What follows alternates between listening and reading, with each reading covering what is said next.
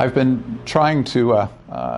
puzzle through just how Obama's presidency sits in the traditions of American foreign policy history, and see that it works both ways in my experience, or in my sense of what's going on. In some respects, Obama certainly wants to be a powerfully transformative president. There was no question in 2008 that he was hoping to see the United States change its thinking about the 21st century world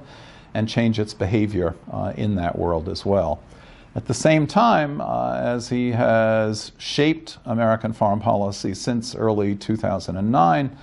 it seems to me it becomes more and more obvious that he's a very traditional figure, that he is often inclined to do what other presidents before him have attempted to do.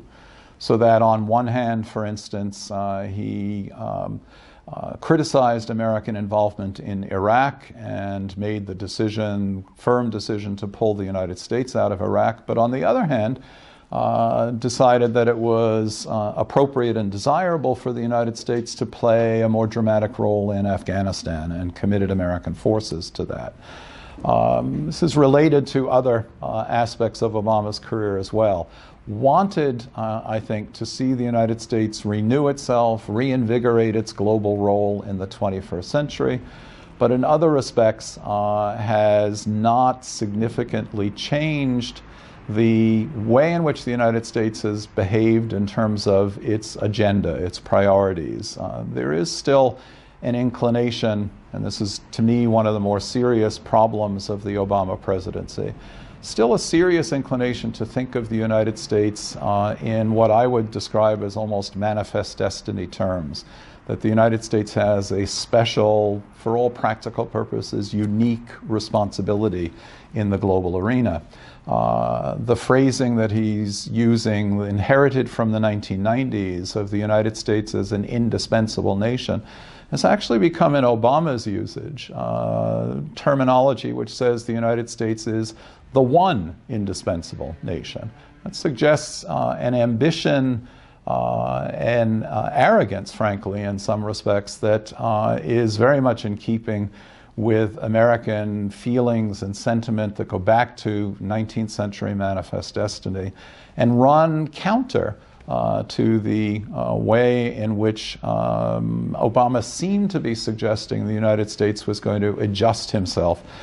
to the realities of the 21st century world, a world in which the United States, in relative terms, is not as powerful as it once was, and would be required to think more modestly about its ambitions, and to work more multilaterally, perhaps to achieve whatever ambitions were established for the United States. I think the tug of war exists in Obama between the desirability of transforming American leadership, but the inability ultimately, to some extent because of his own attitudes, to actually transform the role of the United States. If the transformation's happening, it's happening because of the limits imposed on the United States that are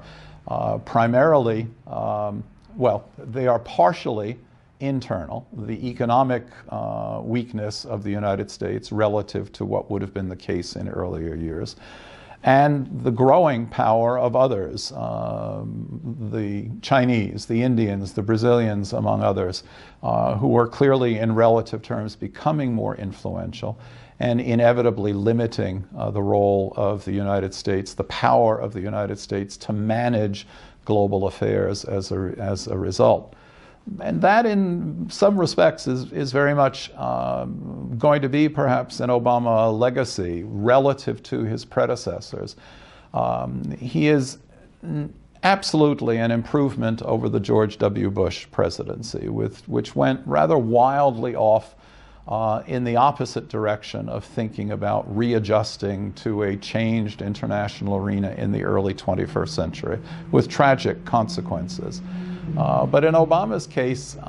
the readjustment effort has not been as successful, or as accomplished, at least, as his rhetoric would have suggested. And at the moment, 5 years into an 8-year presidency. It is the limitations on his achievements that seem to be the things that will be more remembered than the achievements of this particular presidency.